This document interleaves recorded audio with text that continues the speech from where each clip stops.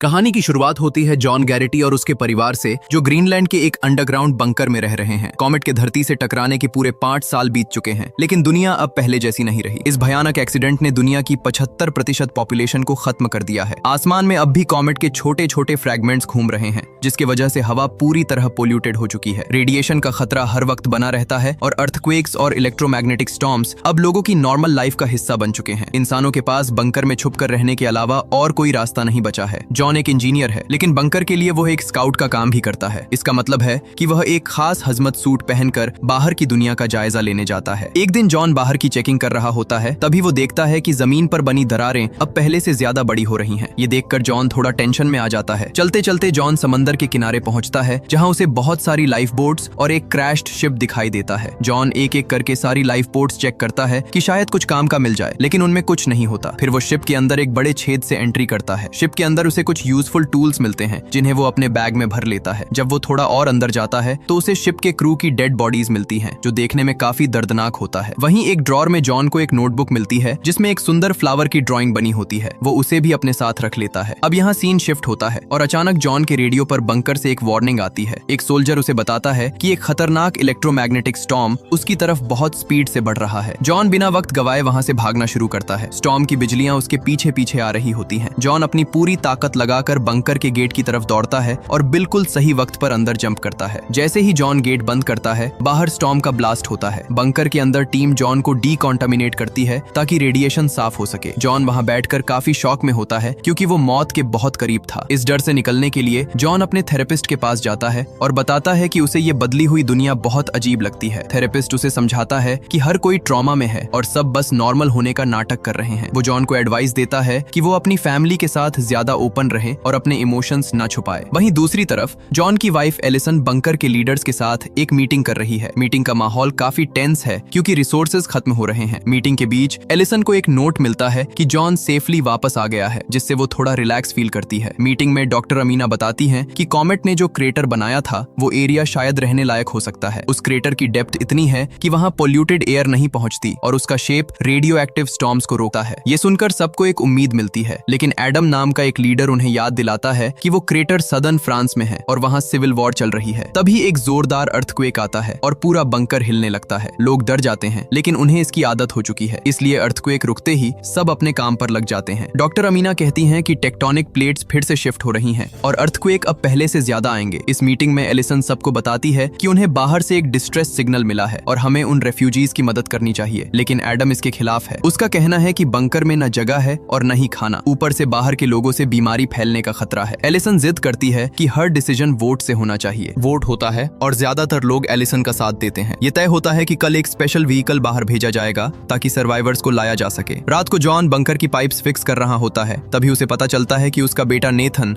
Bunker के exit gate के पास गया था। एलिसन नेथन पर बहुत गुस्सा होती है और उसे समझाती है कि जॉन को हर रात कितनी बुरी तरह खांसी होती है, क्योंकि वो बाहर स्काउटिंग पर जाता है। डिनर के वक्त जॉन वो फ्लावर वाली नोटबुक एलिसन को गिफ्ट करता है। जब नेथन टेबल पर आता है तो जॉन उसे बहुत डांटता है, जिसकी वजह से नेथन रोने लगता है और अपने रूम में चला जाता है। जॉन और एलिसन थोड़ी देर डांस करते हैं, लेकिन एलिसन जॉन की खांसी सुनकर फिर से परेशान हो जाती है। अपने रूम में नेथन एक फ्लैशलाइट और छेद वाली शीट से सीलिंग पर नकली स्टार्स बनाता है और इमेजिन करता है कि वो असली आसमान के नीचे है। अब सीन शिफ्ट होता है अगले दिन पर। जॉन को बंकर की दीवारों में बड़ी बड़ी दरारें दिखाई देती हैं, जो कि एक बहुत बुरा साइन है। बाहर गया स्नो कैट कुछ सर्वाइवर्स को लेकर वापस आ रहा होता है। टीम रेडियो पर कांटेक्ट करके कहती है कि उन्हें एक और ट्रिप करनी होगी, क्योंकि काफी लोग पीछे छूट गए हैं। एडम तुरंत मना कर देता है और गुस्से में चिल्ला उठता है। तभी एक बहुत भयानक अर्थक्वेक आता है, जो पहले वाले से कहीं ज्यादा पावरफुल होता है। स्नो कैट से कनेक्शन टूट जाता है, बंकर की सीलिंग गिरने लगती है और हर तरफ मलबा गिरने से लोग इंजर हो जाते हैं। जॉन के सिर पर भी एक पत्थर लगता है और धूल की वजह से उसकी खांसी और बढ़ जाती है। हर तरफ अलार्म बज रहे हैं और बंकर के अंदर एक एक्सप्लोजन होता है। जॉन जल्दी से एलिसन के ऑफिस पहुंचता है और उसे मलबे से बाहर निकालता है। फिर दोनों भागते हुए नेथन के रूम में जाते हैं। नेथन ने मास्क पहना होता है, लेकिन उसे सांस लेने में तकलीफ हो रही होती है। जॉन अपने परिवार को पैकिंग करने के लिए बोलता है और खुद एक्स्ट्रा मास्क ढूंढने निकल जाता है। बंकर के अंदर पैनिक मची हुई है, लोग इधर उधर भाग रहे हैं। जॉन किसी तरह लॉकर तोड़कर मास्क निकालता है और नेथन को पहनाता है, जिससे वो थोड़ा बेहतर फील करता है। इसके बाद हम देखते हैं कि बंकर की दीवारें पूरी तरह से टूट रही हैं। एग्जिट गेट पर लोगों की इतनी भीड़ है कि गेट खुल ही नहीं रहा। जॉन देखता है कि वहां से निकलना इम्पॉसिबल है, इसलिए वो अपने परिवार को ईस्ट टनल की तरफ ले जाता है। वहां पहुंचकर उन्हें पता चलता है कि टनल कोलैप्स हो चुकी है, लेकिन उनके पास और कोई रास्ता नहीं है, इसलिए जॉन सबको मलबे के नीचे से रेंग कर पार करने को कहता है। ये काफी खतरनाक होता है क्योंकि मलबा कभी भी उन पर गिर सकता है। किसी तरह वो टनल क्रॉस करके दूसरे डोर तक पहुंचते हैं। जॉन गेट खोलने का बटन दबाता है तो मशीन से जोरदार आवाज आती है और पूरा रूम गिरने लगता है। वो लोग तेजी से बाहर भागते हैं और बिल्कुल एंड मोमेंट पर बंकर से बाहर निकल जाते हैं। बाहर का नजारा काफी डरावना है। जमीन से पानी के गीजर्स निकल रहे हैं। इस भगदड़ में नेथन खो जाता है। जॉन और एलिसन उसे ढूंढने के लिए पीछे भागते हैं और देखते हैं कि नेथन गिर चुकी डॉक्टर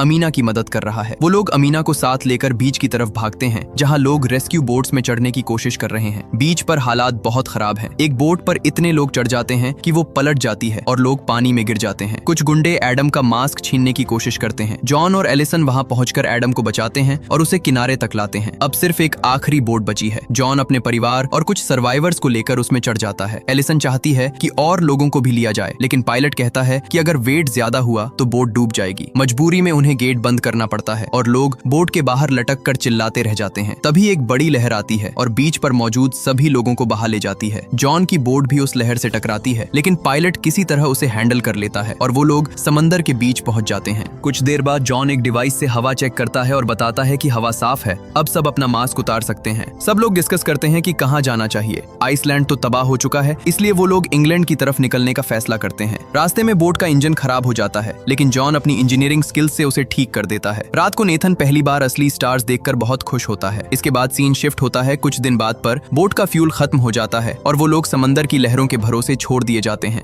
खाना खत्म हो रहा है और सब काफी वीक हो चुके हैं, लेकिन कुछ वक्त बाद बोट किनारे से टकराती है। जब वो लोग बाहर देखते हैं तो पता चलता है कि वो लिवरपूल पहुंच गए हैं। लिवरपूल का काफी हिस्सा पानी में डूबा हुआ है। जॉन चप्पू चलाकर बोट को एक सूखी रोड तक ले जाता है। शहर पूरा सूना लग रहा है। वहां उन्हें कुछ लोग मिलते हैं जो एक छोटी सी सेटलमेंट में रह रहे हैं, लेकिन वो लोग काफी बीमार लग रहे हैं। जॉन को वहां चिल्लाने की आवाज आती है। वो देखता है कि एक भीड़ एक दूसरे बंकर के गेट पर प्रोटेस्ट कर रही है, जिसे आर्म्ड सोल्जर्स ने घेरा हुआ है। एडम वहां जाकर उन्हें बताता है कि वो ग्रीनलैंड का गवर्नमेंट ऑफिशियल है और उसे असाइलम चाहिए। सोल्जर उनसे आइडेंटिटी बैजेस मांगते हैं, लेकिन सिर्फ एलिसन के पास उसका बैज होता है। एडम गुस्से में सोल्जर से बहस करने लगता है। तभी एक सोल्जर गोली चला देता है और एडम की वहीं मौत हो जाती है। भीड़ बेकाबू होने लगती है और सोल्जर्स फायरिंग शुरू कर देते हैं। वहीं दूसरी तरफ अचानक आसमान में एक खतरनाक स्टॉर्म दिखाई देता है। लोग डर कर भागते हैं। अमीना और जॉन की फैमिली एक वैन को रोकती है जिसका ड्राइवर ओबी है। ओबी काफी कड़वा इंसान है। वो पैसे मांगे बिना उन्हें बिठाने को तैयार नहीं होता। जॉन अपनी वॉच उसे दे देता है और वो लोग वैन में बैठकर स्टॉर्म से बच निकलते हैं। रास्ते में ओबी बताता है कि लोग खाने के लिए एक दूसरे को मार रहे हैं। ओबी कहता है कि उसे नहीं लगता कि फ्रांस वाला क्रेटर कोई सेफ जगह है। वो उसे एक अफवाह मानता है। तभी अचानक आसमान से कॉमेट के फ्रैगमेंट्स गिरने लगते हैं। सब वैन से निकलकर पेड़ों को कस कर पकड़ लेते हैं। हवा इतनी तेज है कि पेड़ों की टहनियां टूट रही हैं। ओबी अपनी वैन को बचाने के लिए भागता है, लेकिन एक कॉमेट फ्रैगमेंट सीधा उसके ऊपर गिरता है, जिससे ओबी और उसकी वैन दोनों तबाह हो जाते हैं। कॉमेट शावर खत्म होने के बाद अमीना और जॉन की फैमिली जो कुछ भी वैन के मलबे से मिलता है उसे लेकर पैदल ही लंदन की तरफ निकल जाते हैं। अब हम देखते हैं कि वो लोग लंदन में एक बड़ी बिल्डिंग के सामने खड़े हैं। दरवाजा खुलता है और एक लड़की मैकेंजी उन पर गन तान देती है, लेकिन जब वो देखती है कि ये उसके पुराने दोस्त हैं तो वो उन्हें अंदर बुला लेती है। ये बिल्डिंग एक रिटायरमेंट होम है जहां सिर्फ बुजुर्ग लोग रह रहे हैं। मैकेंजी ने जनरेटर और फिल्ट्रेशन सिस्टम से हवा को साफ रखा हुआ है। वहां उन्हें थोड़ा सुकून मिलता है और वो खाना खाते हैं। जॉन फिर से क्रेटर के बारे में पूछता है, लेकिन मैकेंजी को भी पक्का नहीं पता। बाहर से गोली चलने की आवाजें आ रही हैं, जिससे पता चलता है कि लंदन अब रहने लायक नहीं रहा। रात को एलिसन को जॉन की खांसी सुनाई देती है। वो वॉशरूम में जाती है तो देखती है कि सिंक में खून गिरा है। जॉन पहले तो झूठ बोलता है कि ये नॉर्मल नोज ब्लीड है, लेकिन फिर वो सच बता देता है। जॉन बताता है कि बंकर के डॉक्टर ने उसे चेक किया था और उसे रेडिएशन की ऐसी बीमारी है जिससे उसके पास सिर्फ 6 से 8 हफ्ते बचे हैं। एलिसन टूट जाती है और वो वही रहने की जिद करती है, लेकिन जॉन कहता है कि वो मरना नहीं